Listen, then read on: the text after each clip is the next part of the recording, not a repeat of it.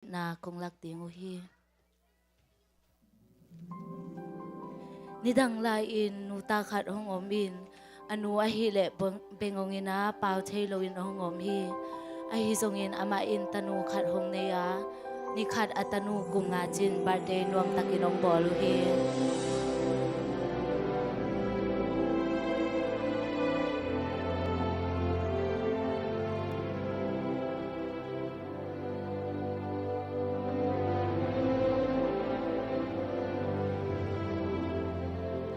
Anu in atanu in mama ahi manin avak na hitale asang pai na hitale anu sangong khazel hi.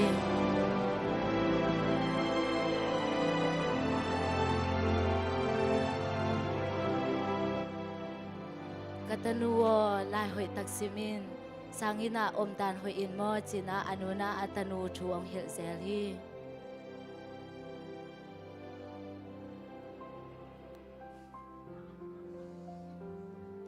Atanu onggol to ta anu na ahi ngei zel bangina atanu nikhat sangong khai na to banginong pai uhi. Katanuwo lai hoi taksimin sangina omdan hoi in china anun thu ong hil hangina atanu ina hile asangka pite maya ahizona zumpi ngamlo ina daipi ina ongom hi. Nikhat atanu in chuong ngai suna keizong mi te nu bangin abengong lo apau the nu te in kalau na te ong thei pi kalamit na ka ut na te ong thei pi nu te in ka de na te ka kisap na te ong pe the thu ong ki ku pi thei nu de in china atanun chuong ngai surina hibang nu kanei kam selwa in china atanun chuong ngai suni.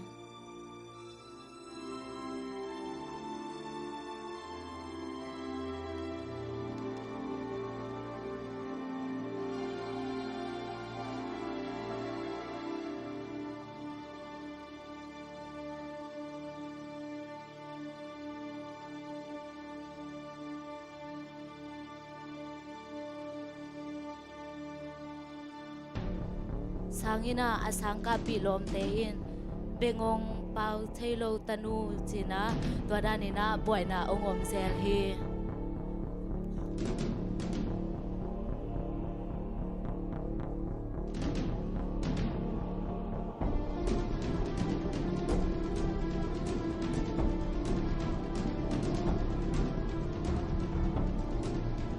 Nikhat atanu sangin pan cha haklua ahi manin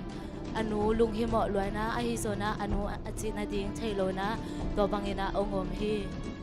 to lai takina atanu pasal hoilo te to ki thwa anu inong muina anu he lo ahi manina atanu ong kai khiana atanu thu ong hil hi katanu hibang te to ki thwa ke in hibang gam tat hoilo hi china anun thu ong hil ina ai zona atanu na anu thu hil na mangloina anu ong simmo bol hi.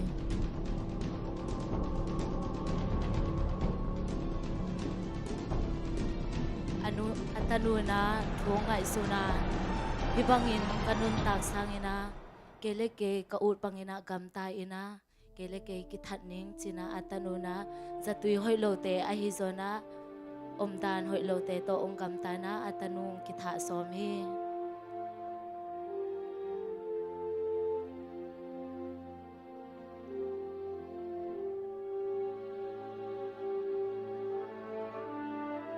Asol loina anu zong alung ihmo ahi manina katanu banga chidiam china atanu ending ina apai changin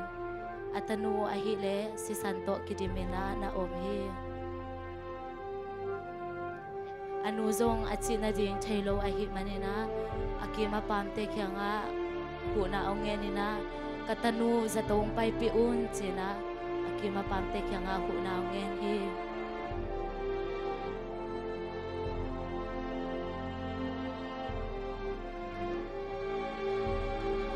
Bangina sa tuwa ong tunpi uwa anuin siyawan pa kya nga siyawan pa o katanu bang mat sisake in inle lo na ing sumle pa na ing katanu bang mat sisake in kasisan akisap lezong kasisan kapeding hi china anu na siawan pa kya nga ongen hi to mabangina siawan pa na anu si santo at anu ong bol hi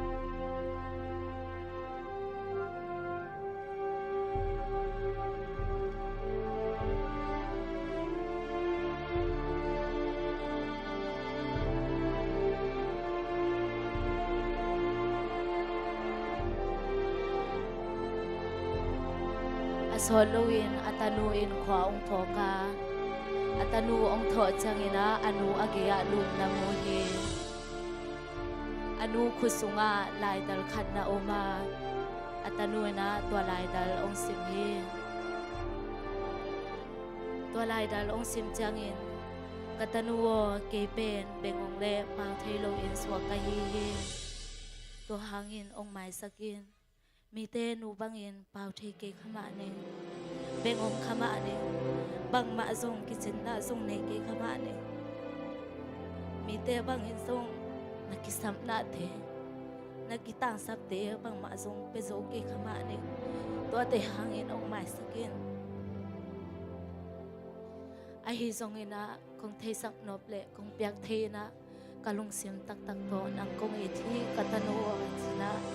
anu na lại ngà thi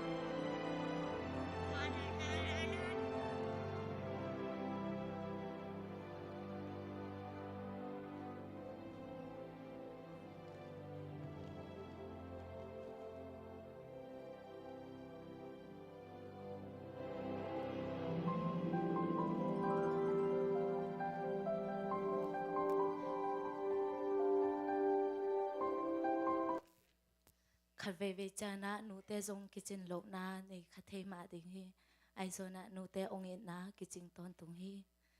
nụ te kem bèo ông ấy đúng lung đam